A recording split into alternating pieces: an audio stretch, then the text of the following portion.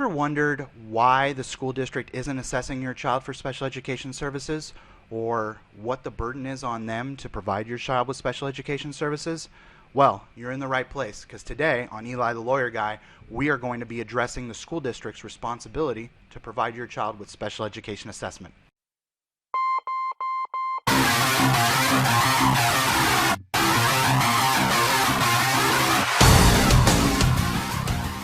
Ladies and gentlemen, boys and girls, YouTube, thank you for tuning in today. My name is Eli, I am the Lawyer Guy, and today we are going to be starting a series of videos on a topic that is near and dear to my heart, education law, which is one of my personal areas of practice I've been doing for 11 years.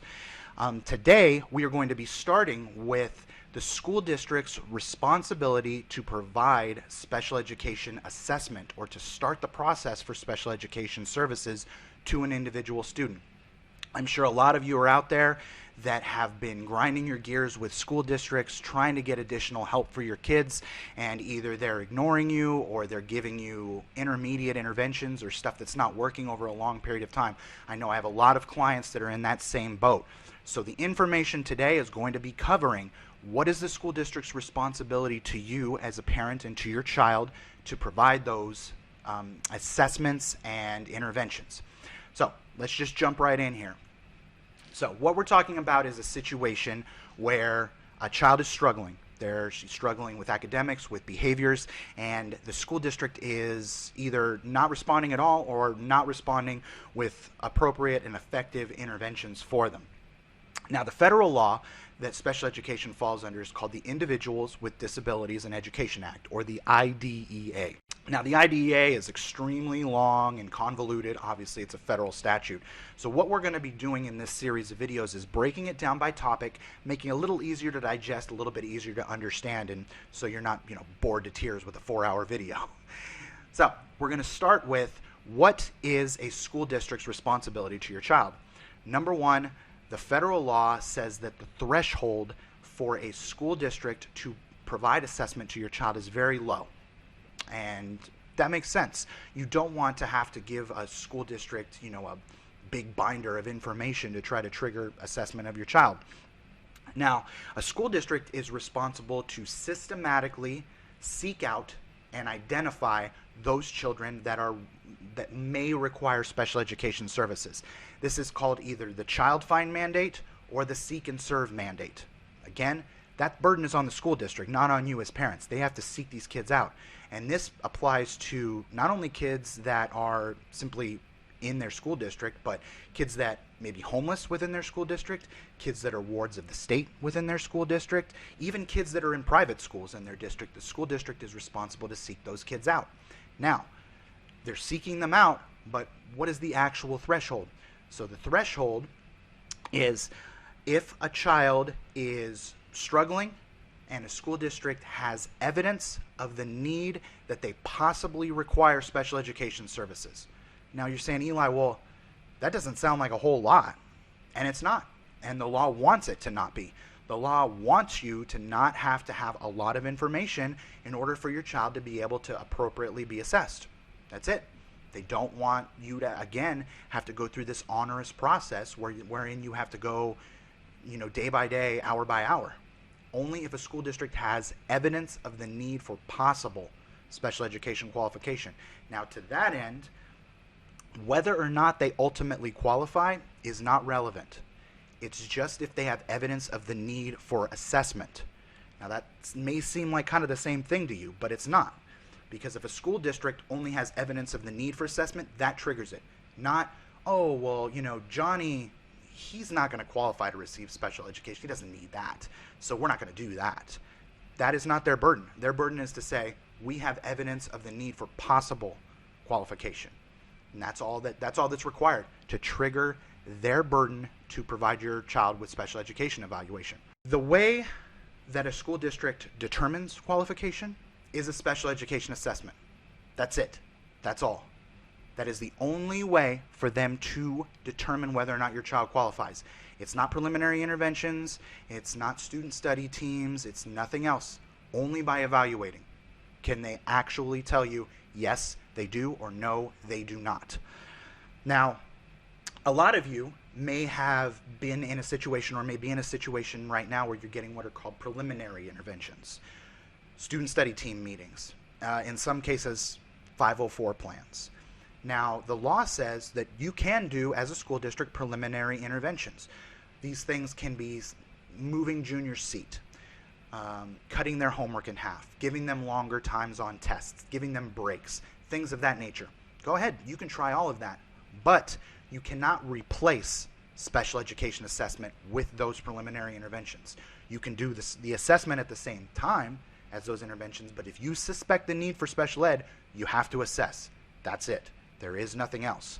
Now, Section 504 of the Rehabilitation Act provides for 504 plans for people who need accommodations in order to be able to access certain activities. And one of those can be school.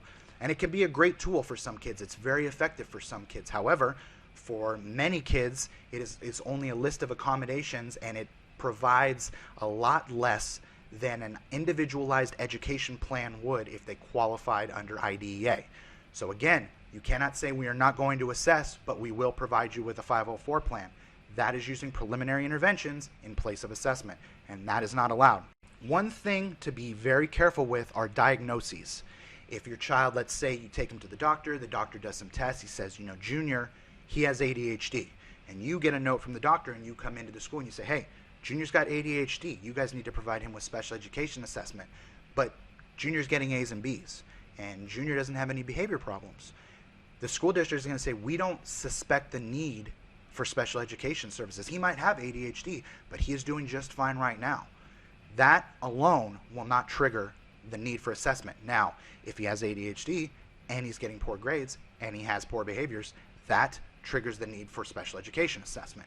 So there's a little bit of a difference there. Diagnosis alone is not going to do it for you. There is a very limited area wherein if a child is up for expulsion, let's say they had a disciplinary incident and the school district has recommended expulsion for them and they are not qualified to receive special education services. If the school district has what's called a basis of knowledge, that's the legal term, that the child may require special education, they have to stop the expulsion and do an expedited or a quicker special education assessment. Now, there's 3 ways that the law says that you can trigger this. Number 1 is a written request for evaluation by a parent. Number 2 is a written statement by a parent that the child is struggling in academics or behavior. Number 3 is if a teacher indicates to an administrator that, yes, this child is struggling and we need to do something prior to the disciplinary incident itself. Then again, school must do an evaluation. School must hold an IEP meeting or an individualized education plan meeting. So, what can we do as parents? Number 1, we're going to give the school a written request for special education assessment. Guys, if you watch more than one of these videos, you're going to hear me say this a million times. You have to put everything in education in writing. Everything.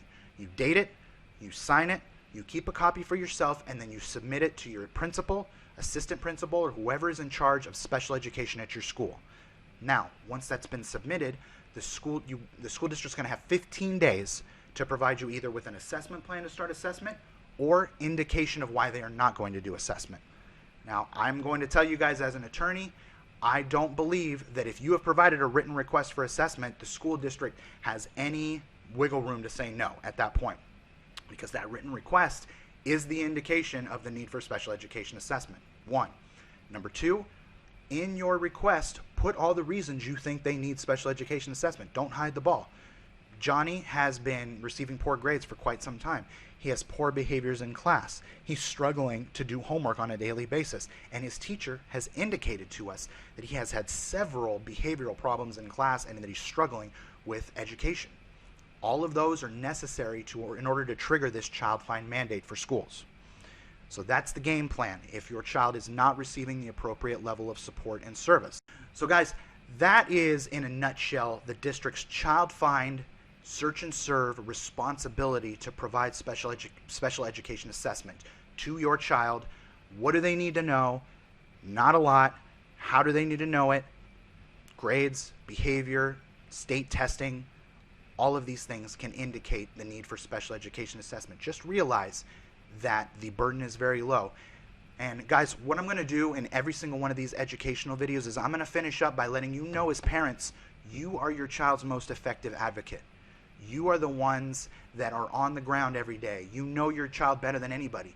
So you don't be ashamed or hesitant to be able to be an advocate for your child. Now, the school and the school district are supposed to have your child's best interest at heart and are supposed to be acting in that manner. But sometimes they're just not going to. And I don't know, there may be various reasons why or why not, but you can and you should.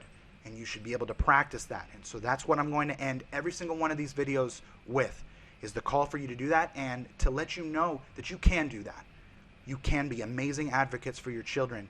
You have the heart and the passion for them to be able to do it. So guys, that's it for today. If you guys have a topic that you'd like me to cover that I have not covered yet, please put it down there in the comments and let me know. Again, thank you guys so much for coming today. Thank you for checking out my videos. Please like and subscribe if you like our content, and I'll see you next time. Have a great day.